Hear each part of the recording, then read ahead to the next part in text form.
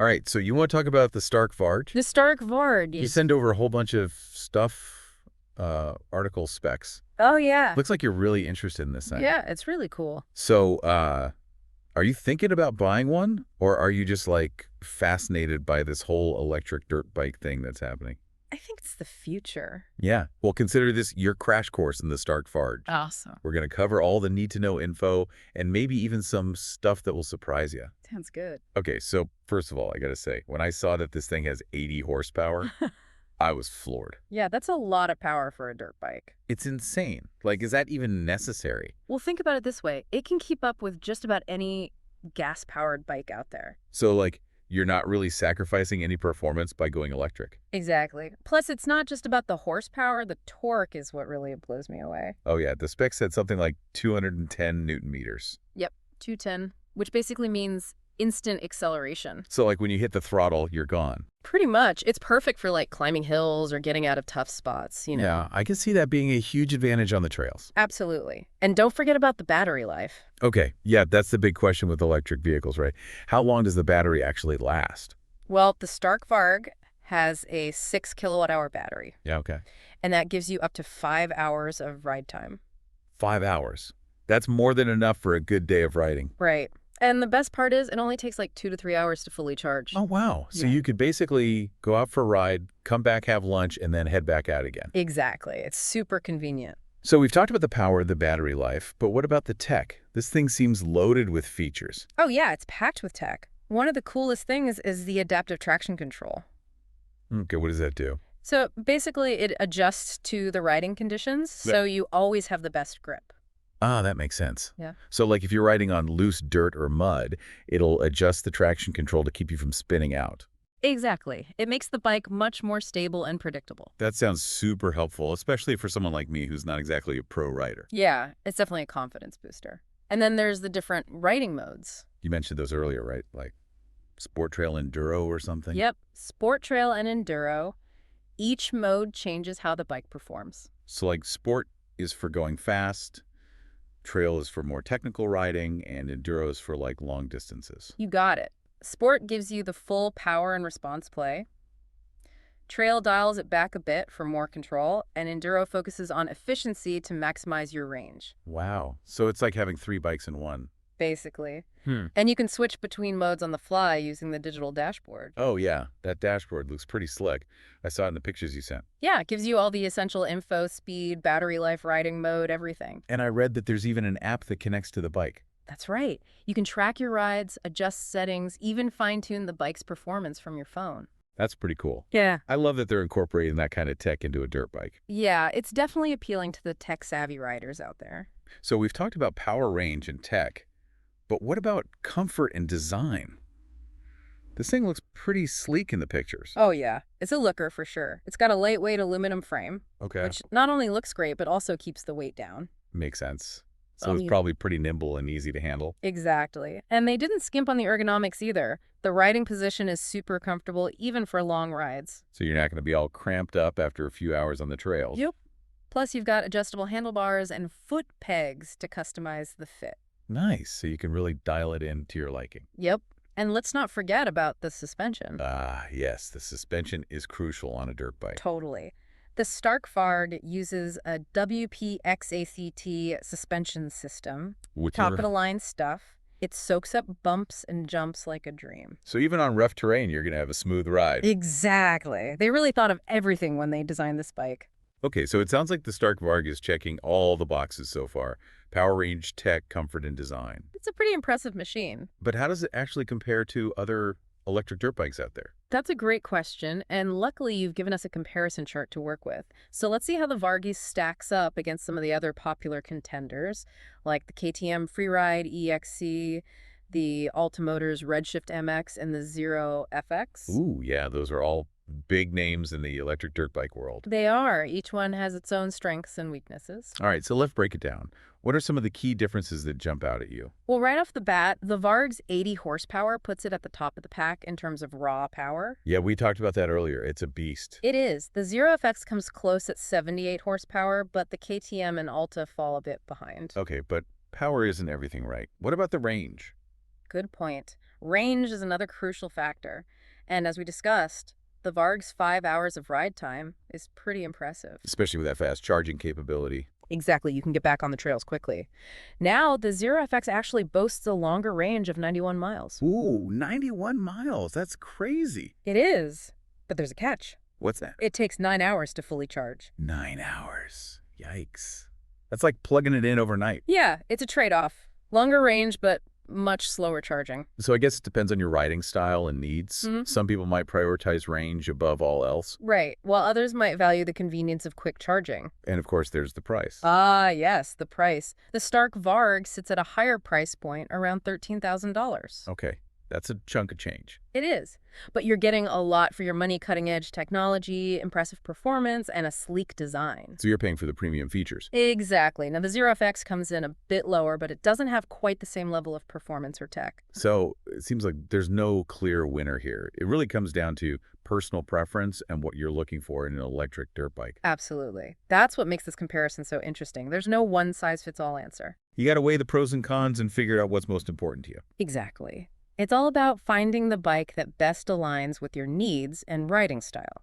And speaking of needs, you've also included a bunch of frequently asked questions about the Stark Varg. Oh, yeah. People have a lot of questions about this bike. Makes sense. It's a pretty new and innovative machine. So let's dive into those FAQs and see if we can clear up any lingering doubts or uncertainties. Sounds good. Let's do it. All right, so we've talked about all the cool stuff the Varg can do, The specs, the tech, all that. but I think it's time we zoom out a bit. Okay, yeah. What's the bigger picture here? You mean like the impact of electric dirt bikes in general? Exactly. Like, is this the beginning of the end for gas-powered bikes? Well, it's definitely a possibility. I mean, it makes sense, right? Electric vehicles are becoming more and more popular. And the technology is getting better all the time. Batteries are lasting longer. Charging times are getting shorter. Plus, there are some obvious advantages to going electric. No fumes, no noise. Right. And that's huge for the environment. So you're saying electric dirt bikes are the eco-friendly off-roader's dream machine? Pretty much. You can enjoy the thrill of the ride without, feeling guilty about your carbon footprint. Okay, so less pollution, happier planet. But what about the downsides? There are always downsides. Like, what are some of the challenges that electric dirt bikes still face? Well, one of the biggest ones right now is infrastructure. Infrastructure. Yeah, like charging stations. So if you're out on the trails and your battery dies, you're kind of stuck. Exactly. We need more charging stations in remote areas to make long-distance off-roading more practical. That makes sense. I mean, you don't want to be miles from civilization and suddenly realize you're out of juice. It's definitely a valid concern. And then there's the battery technology itself. Still room for improvement. Definitely. While batteries have come a long way, they still have some limitations. Like what?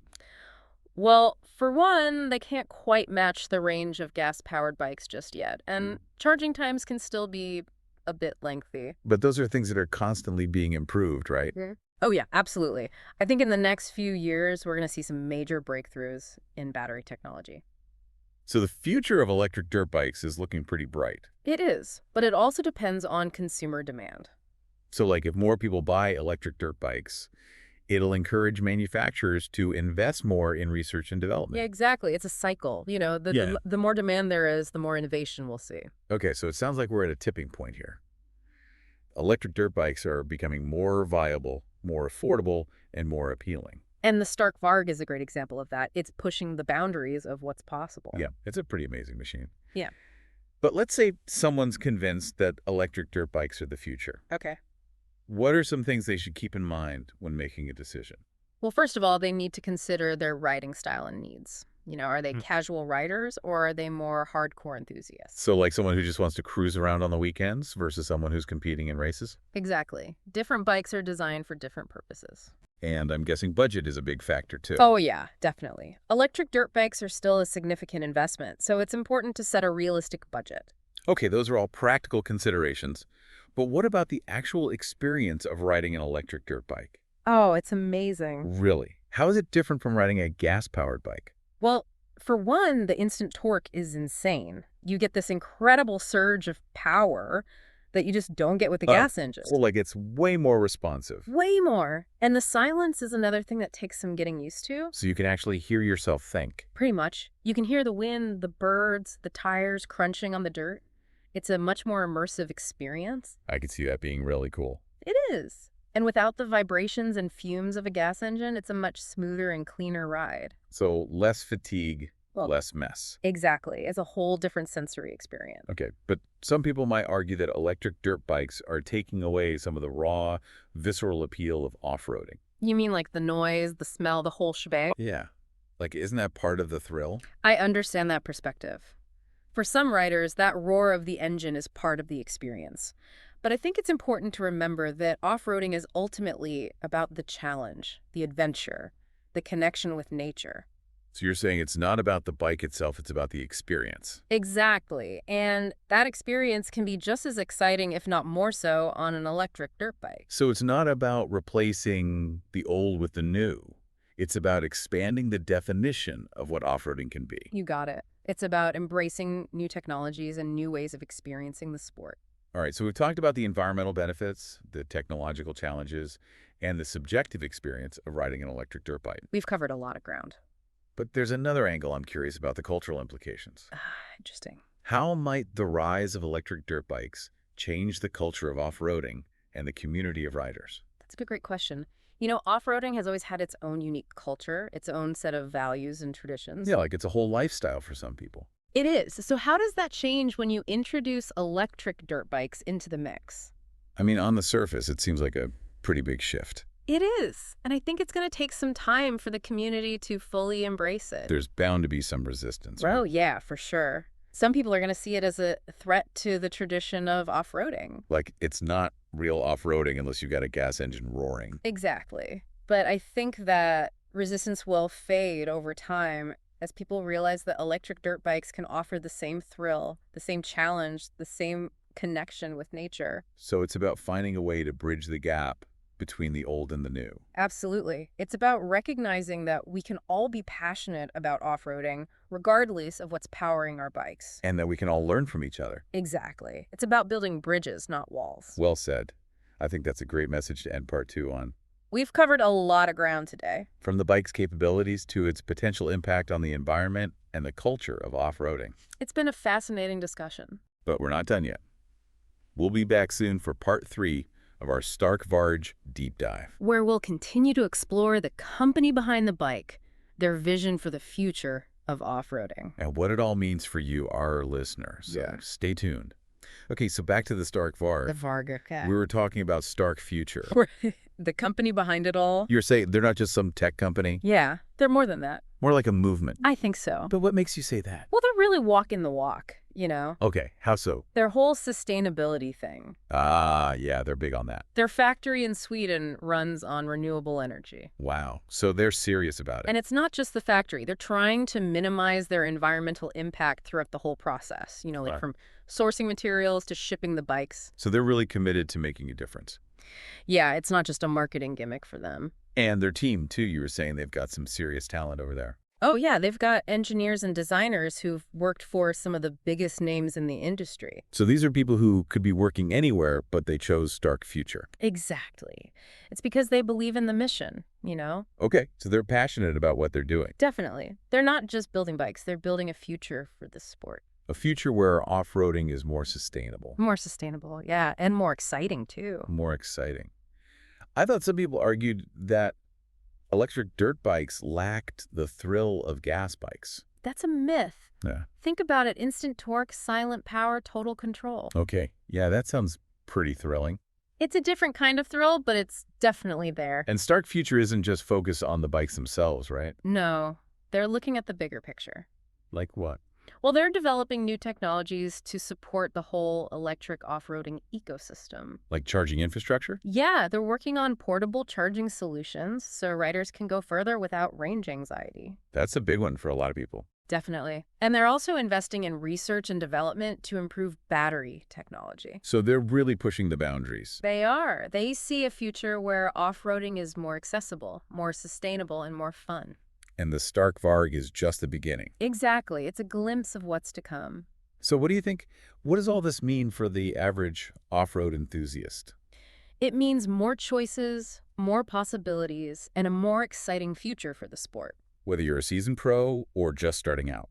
Electric dirt bikes like the Stark Varg are opening up new horizons. Okay, that all sounds really promising. It is. But let's be real for a second. What do you mean? The Stark Varg isn't exactly cheap, Yeah, it's a premium bike with a premium price tag. and that's going to be a barrier for some people. But I guess that's the case with any new technology, right? Exactly.